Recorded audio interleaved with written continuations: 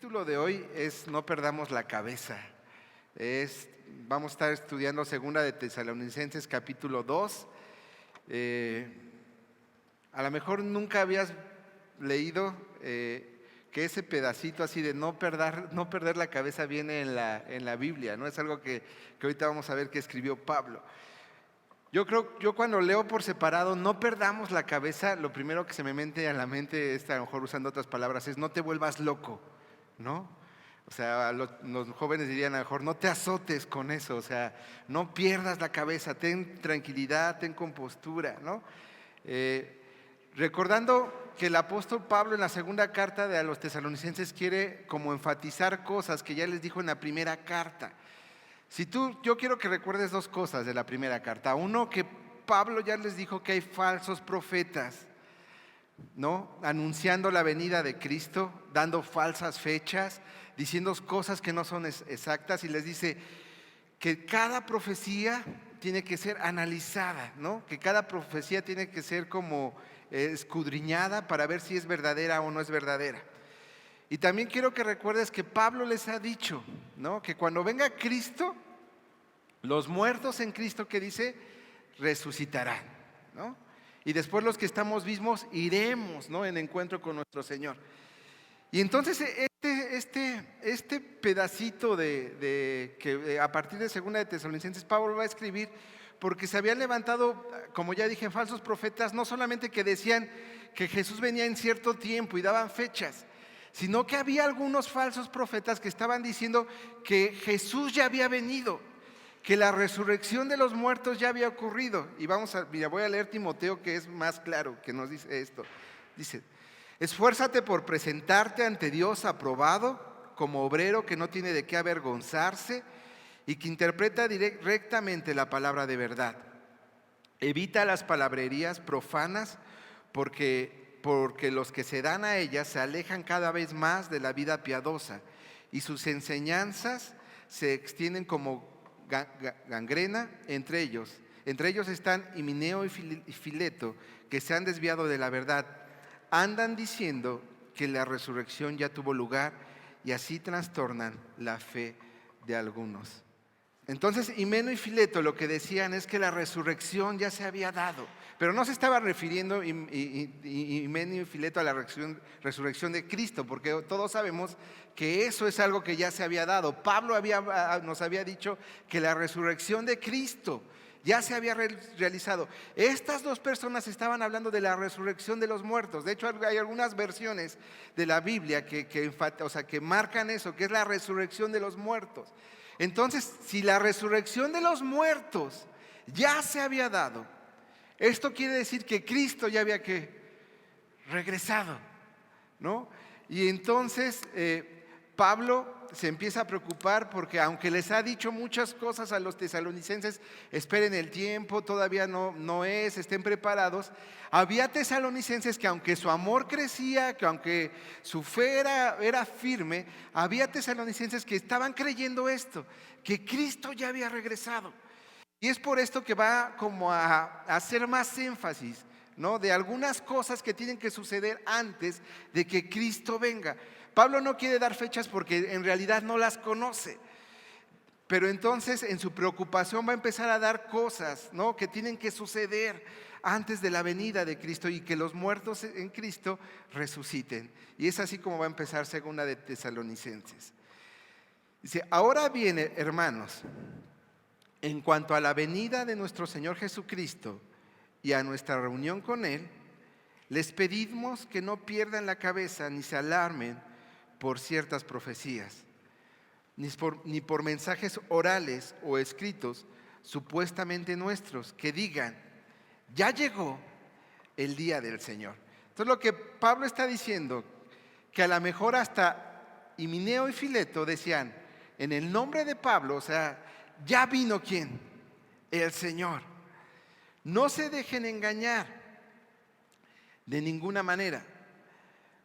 Y empieza a decirnos ya algunas cosas, ¿no? O sea, y fíjense que dice, no pierdan la cabeza. Eso quiere decir que algunos tesalonicenses, o sea, a lo mejor, no sé, se habían puesto nerviosos. Ya vimos que algunos habían dejado de trabajar, ¿no? Que habían dejado de hacer cosas porque pensaban que ya había venido el Señor o ya venía el Señor. No sé qué estaban haciendo en realidad los de la iglesia de Tesalónica, que Pablo les dice, no pierdan la cabeza, o sea, no pierdan la cordura, no pierdan el juicio, ¿no? Ante estas falsas profecías que dicen que el Señor ya llegó. Aún aquellos que dicen, ¿no? Que yo digo que el Señor ya llegó, no pierdan porque son falsos profetas. Dice, primero tiene que llegar, no se dejen engañar de ninguna manera, porque primero tiene que llegar, y habla, dice, la rebelión contra Dios. En Reina Valera dice, la apostasía, ¿no? Contra Dios.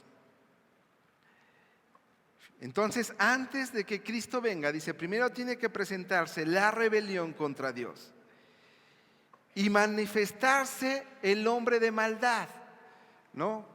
En otras versiones también dice el hombre de pecado. Es la misma imagen, con otras palabras, en donde Juan dice el anticristo. Pablo no usa el término anticristo en sus cartas, no lo menciona Juan. Pero cuando Juan dice el anticristo y Pablo dice el hombre de maldad o el hombre de pecado, se están refiriendo a la misma persona. Entonces Pablo dice, tranquilos, primero tiene que suceder la rebelión contra Dios. Luego se tiene que manifestar el hombre de maldad, destructor, y nos empieza a decir algunas de las características de este hombre. Dice, destructor por naturaleza. Algo que va a hacer este hombre, dice, se opone y se levanta contra todo lo que lleva el nombre de Dios, con mayúscula, ¿no? O sea, va en contra de todo lo que lleva el nombre de Dios, o es objeto de adoración. Fíjense, ¿no? O sea, eso también es interesante, porque... Y vamos a ver, no solo levanta en contra del hombre, del Dios verdadero, sino con cualquier otra creencia que también es falsa. Dice, va en contra de eso, porque lo que quiere este hombre es la adoración solamente para él. Hasta el punto de adueñarse del templo de Dios y pretende que ser Dios. Entonces lo que busca y va a tratar de hacer este hombre de maldad es que todo mundo lo adore, todo mundo lo considere Dios. Algunos creen, no hay algo cierto, que tiene que partir a lo mejor dentro de la misma iglesia este hombre de maldad. Porque dicen, se quiere adueñar del templo de Dios, ¿no? O sea, que tiene que ver que algo dentro que va a surgir a lo mejor... O sea, estoy hablando de teoría, no estoy diciendo que eso sea así. Entonces, para que la venida de Pablo venga, ¿qué tiene que suceder primero? Llegar la rebelión, la negación de la fe. Otras versiones dije que dicen apostasía. Apostasía es cuando tú niegas la fe. Y no se refiere, hermanos, a que va a haber hombres que no crean, porque eso ya está sucediendo hoy. Se refiere a que muchos creyentes o muchos que se dicen ser creyentes y que aparecen estar firmes en su fe, van a negar ¿a quién? A Dios. O sea, que los creyentes o los que son parte de la iglesia se van a unir a aquellos que no creen. O sea, va a haber una gran cantidad de gente. Si habláramos de esta época, dice, va a haber una gran cantidad de gente que los domingos le adoraban, pero que cuando venga este hombre de maldad van a negar a Dios, ¿no? Van a perder la fe. La consecuencia es que van a empezar a adorar a este hombre de maldad. Entonces Pablo dice, tiene que suceder eso, que muchos nieguen la fe. Y vuelvo a lo mismo, no se refiere a aquellos que nunca han creído. Se refiere a aquellos que dicen, ¿no? O profesan que creen. Fíjense lo que dice 1 Timoteo 4:1. El Espíritu dice claramente que en los últimos tiempos algunos abandonarán la fe para seguir inspiraciones engañosas y doctrinas diabólicas, ¿no? Cuando oímos doctrinas diabólicas, a lo mejor pensamos en ciertas enseñanzas que son muy llamativas y que claramente se ven que son malas. Pero recuerden también Pablo ya lo dijo, que el diablo es astuto, el diablo engaña. Entonces muchas de estas doctrinas diabólicas, como lo vamos a ver adelante, parecieran buenas, ¿no? Parecieran algo bueno, pero en el fondo son diabólicas. Entonces, antes de que venga Cristo, tiene que venir la rebelión contra Dios, tiene que venir que muchos van a abandonar o algunos van a abandonar la fe.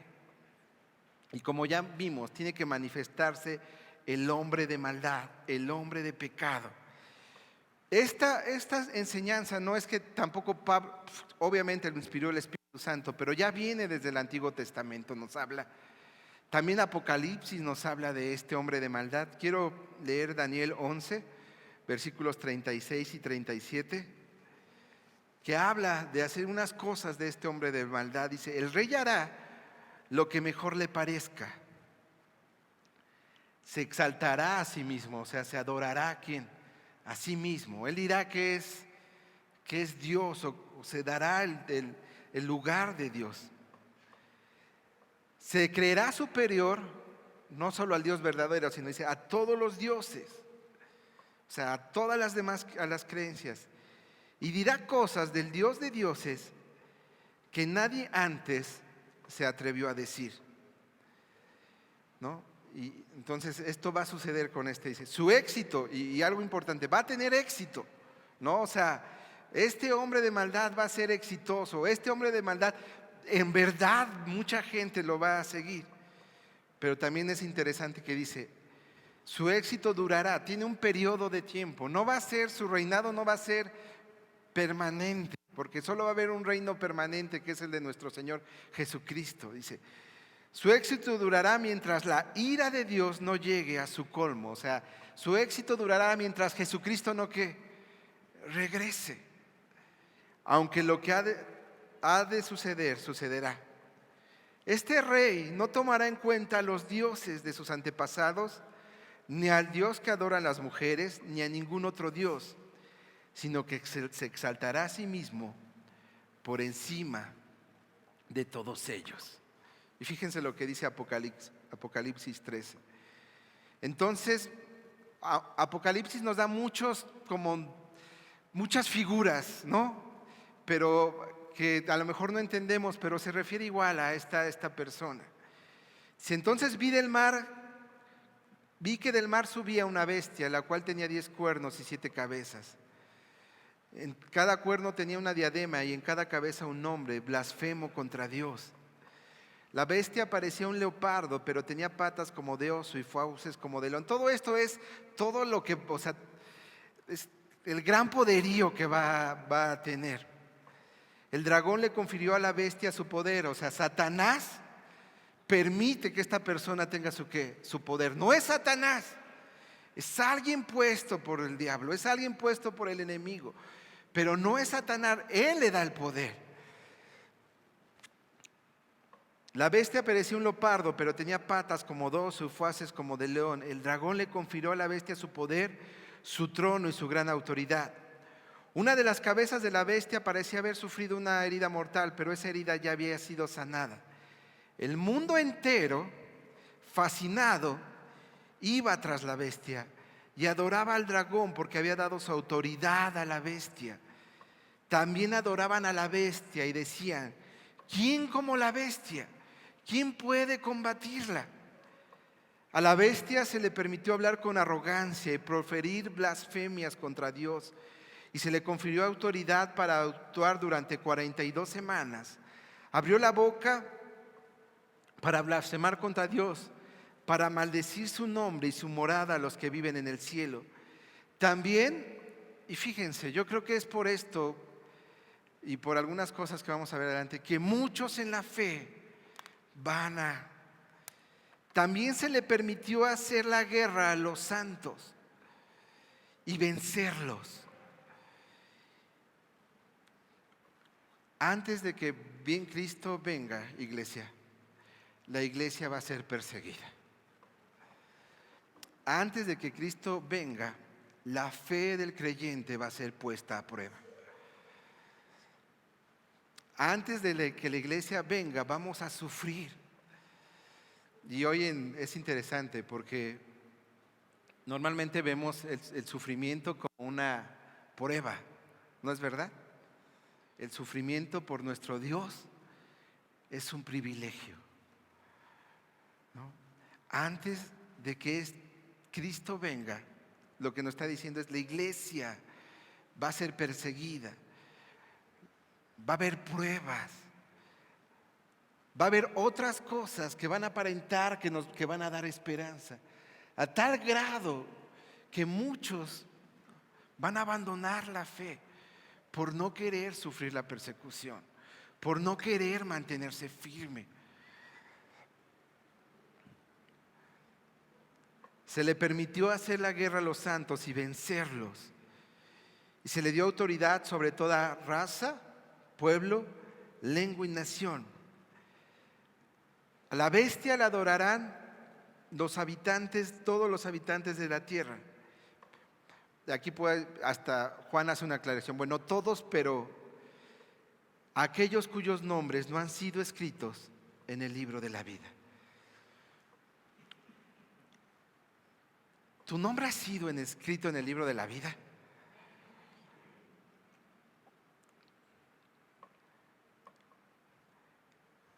Confía en Dios. Confía en tu Señor. Confía que los caminos de Dios son mejores que tus caminos. Confía que aún en medio de gran tribulación Dios está contigo. Confía en Dios aún en medio de las circunstancias. Y como ya vimos antes, nos dijo Pablo, agradece a Dios en toda circunstancia. Si aquellos cuyos nombres no han sido escritos de la vida, en el libro de la vida, el libro de Cordero que fue sacrificado desde la creación del mundo, si ellos no van a adorar a la bestia. Y si el que tenga oídos, oiga. El que deba ser llevado cautivo, a la cautividad irá.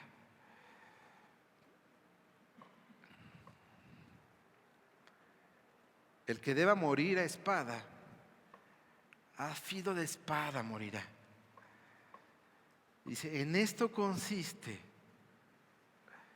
la perseverancia y la fidelidad de los santos. ¿Cuántos quieren ser fieles?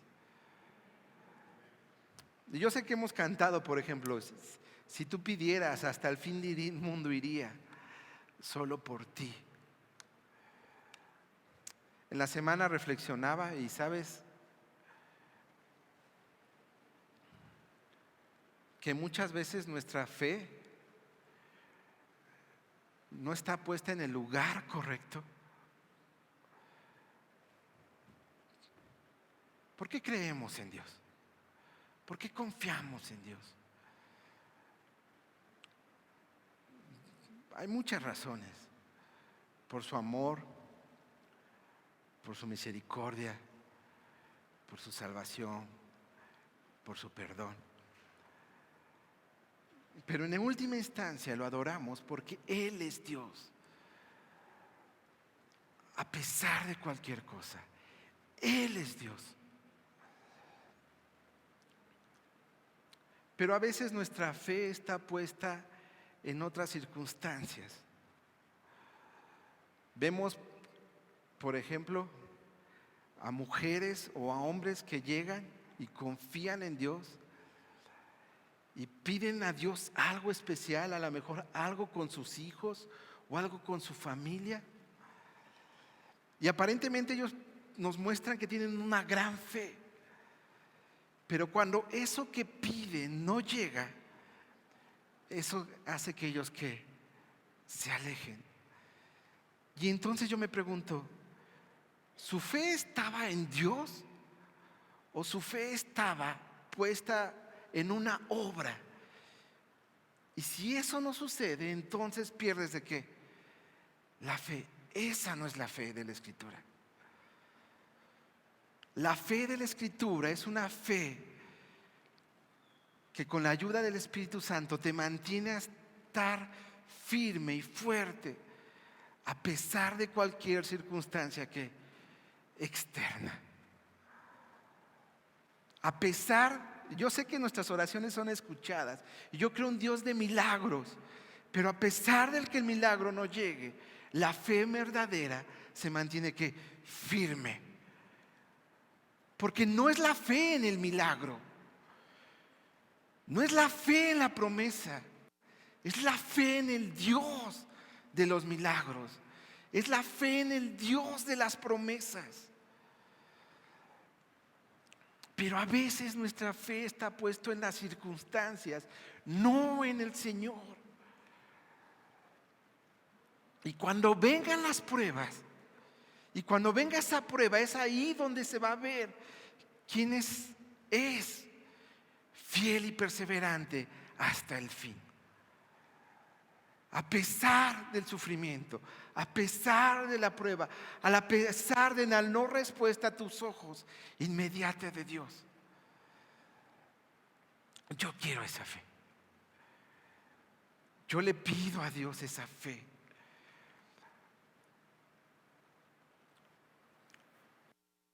Como pastor me entero de cosas impresionantes, ¿no? Porque la gente me pide que ore, o porque llega gente en un estado de necesidad tal a la iglesia que me entero de cosas impresionantes. Y a veces yo digo, Señor, no sé qué pasaría si yo viviera eso, Señor, pero ayúdame a mantener mi fe siempre. Y yo sé que tus pruebas son fuertes. Y yo oro porque a pesar de las pruebas tu fe se mantenga. Pero ¿sabes? Si hoy a Jubileo le tocara la venida de Cristo, vendrían aún pruebas más difíciles para cada uno de nosotros. Porque la Biblia lo dice. La Escritura dice que en los tiempos finales, yo sé que se acercan, ¿no? Porque hay pruebas, yo sé que se acercan. Pero dice que ya en los momentos finales, la fe de los santos va a ser puesta a prueba. Y Dios nos está diciendo que Él espera que si tienes que ir a la cautividad como lo hizo el pueblo de Israel al ir presos a Babilonia, que estés dispuesto a hacerlo por Él. Hoy hay santos que son encarcelados por la fe. Hoy hay santos que aún en lugares del primer mundo son encarcelados porque se pararon y dieron una palabra en una plaza. Y dice, y si tienen que morir, dice, a filo de espada, o para no poner, a filo de espada, dice, que sí sea. Y hoy hay santos que también son degollados. Pero mientras más cerca sea la venida de Cristo, esto no va a suceder solamente en algunas regiones, va a suceder. Y dice, ahí se va a ver la perseverancia y la fidelidad de los santos. Y yo espero en verdad que si nos toca vivir esos momentos, todos nos podamos mantener firmes en el Señor, para que cuando Él venga, los muertos en Cristo vayan delante, pero nosotros vayamos también a su presencia. Amén. Pablo sigue diciendo en 2 de Tesalonicenses, ¿no recuerdan que ya les hablaba de esto cuando estaba con ustedes? O sea, les vuelve a decir, no pierdan la cabeza. O sea, todavía no sucede esto. Si sucede, estén preparados. Pero mientras no sucede, manténganse trabajando, compartiendo, siendo testimonio. Luego va a decir unos versículos que la verdad son enigmáticos, son difíciles porque si tú buscas en algo más de la Biblia no lo aclara, ¿no? Hay 10,000 teorías. Dice, bien sabes que hay algo que detiene a este hombre a fin de que él se manifieste a su debido tiempo. O sea, Pablo les dice que ellos ya saben qué es eso que lo detiene, pero no nos dice qué es eso, ¿no? Y si tú lo buscas en otra parte de la Biblia, yo ayer así dije, ¿qué es lo que detiene? Me puse a leer, a investigar. En realidad no nos dice qué es lo que detiene a este hombre de pecado.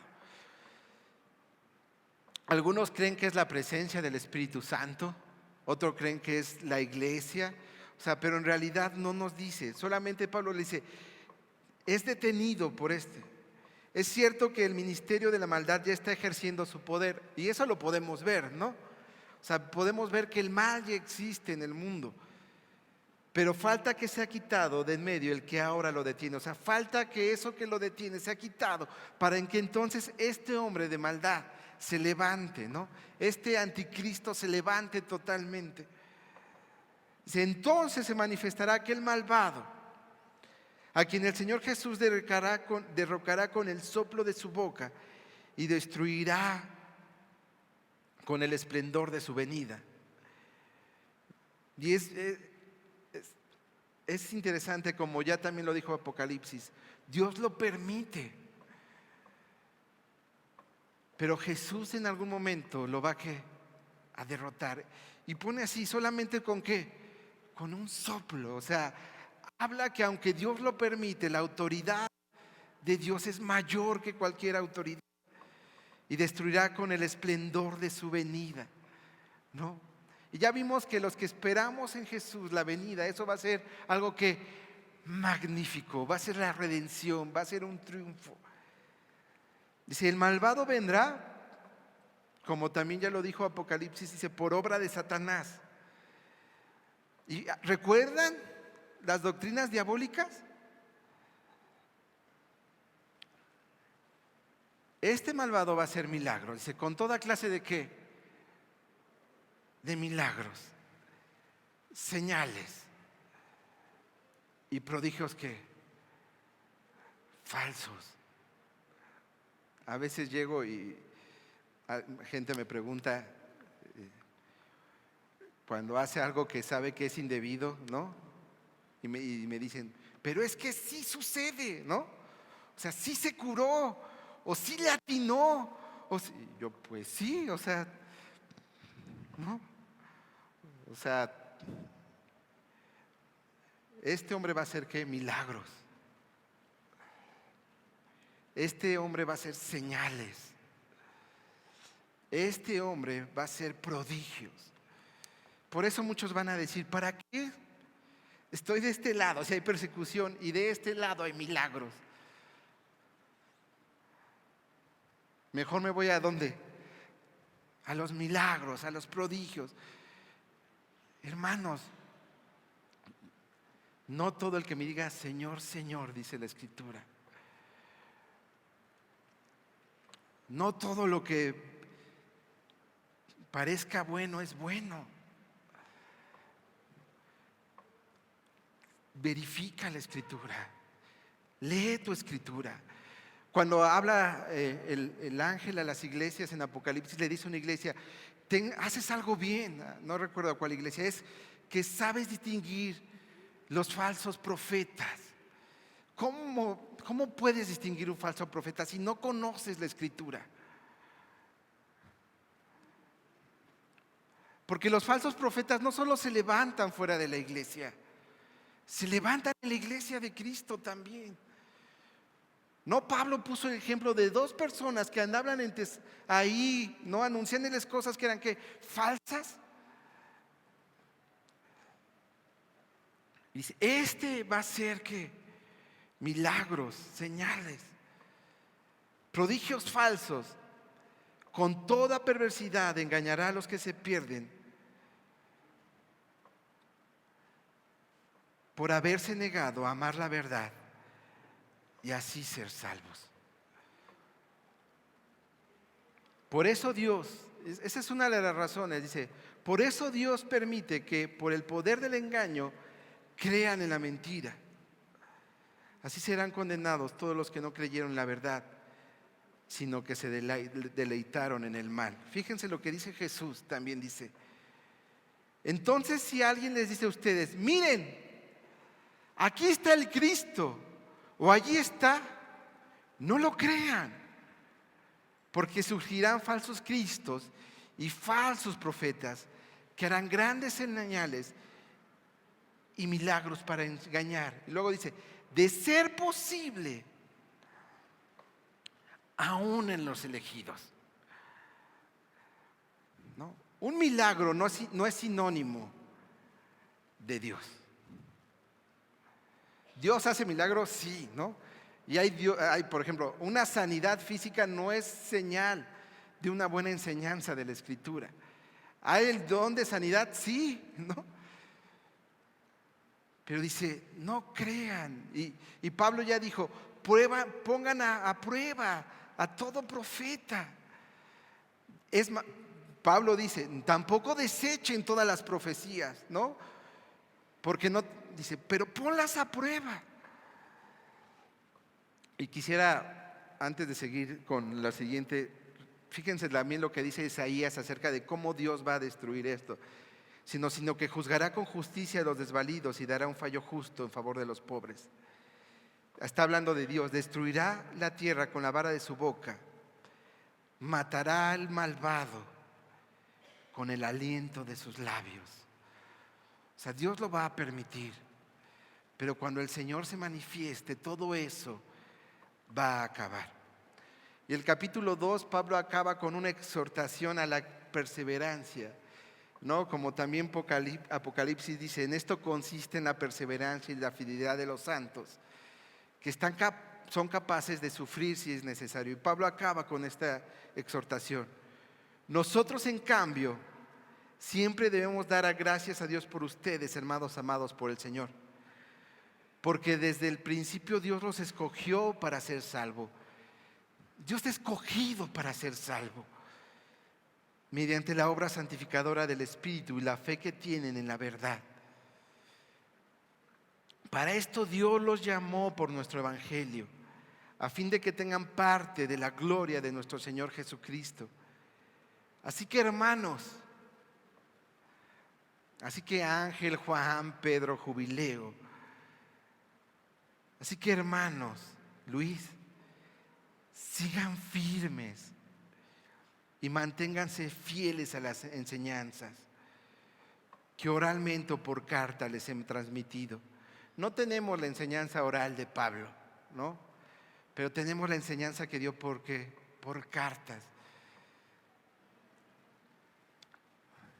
Que nuestro Señor Jesucristo mismo, Dios y Dios nuestro Padre, que nos amó y por su gracia que nos dio consuelo eterno y una buena esperanza, los anime y les fortalezca para que tanto en palabra como en obra hagan todo lo que sea bueno.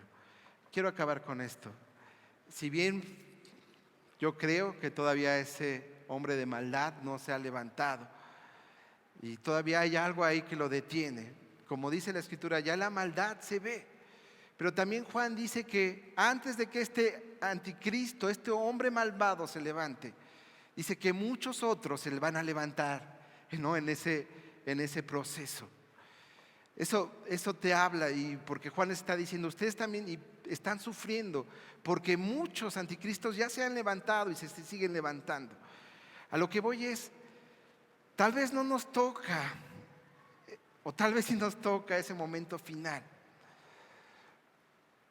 Pero también hay momentos de prueba y también hay momentos en los que Dios quiere ver nuestra perseverancia mientras eso sucede. Yo espero, y es mi oración, que todos los que estamos aquí nos podamos hallar irreprensibles para la venida de nuestro Señor Jesucristo. Que podamos mantenernos firmes en medio de cualquier circunstancia. Que podamos mantenernos firmes en medio de cualquier tribulación o prueba. Que podamos mantenernos firmes a pesar de que el milagro que esperamos no esté sucediendo. Porque no hemos puesto nuestra fe en los milagros. Hemos puesto nuestra fe en el Señor de los milagros, en el verdadero Señor. Y que a pesar de todo eso nos mantengamos firmes.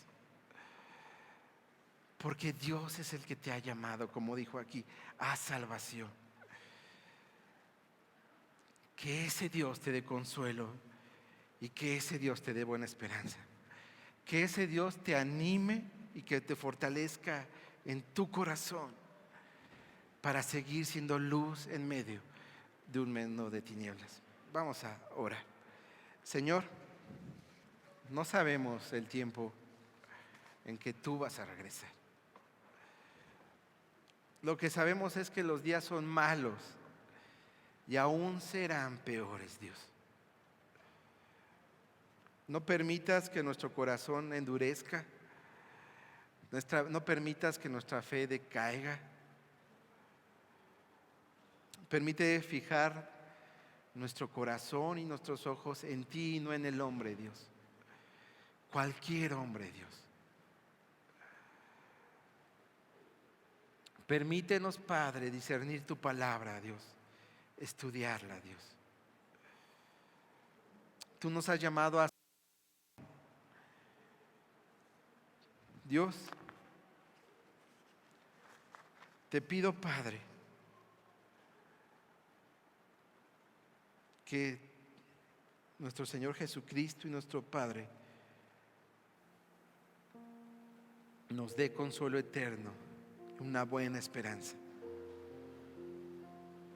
que nos anime y que nos fortalezca, y que la obra santificadora del Espíritu siga haciendo en nosotros, Señor. Ayúdanos a mantenernos firmes, fieles, a pesar de todo, Señor. En Cristo Jesús. Amén.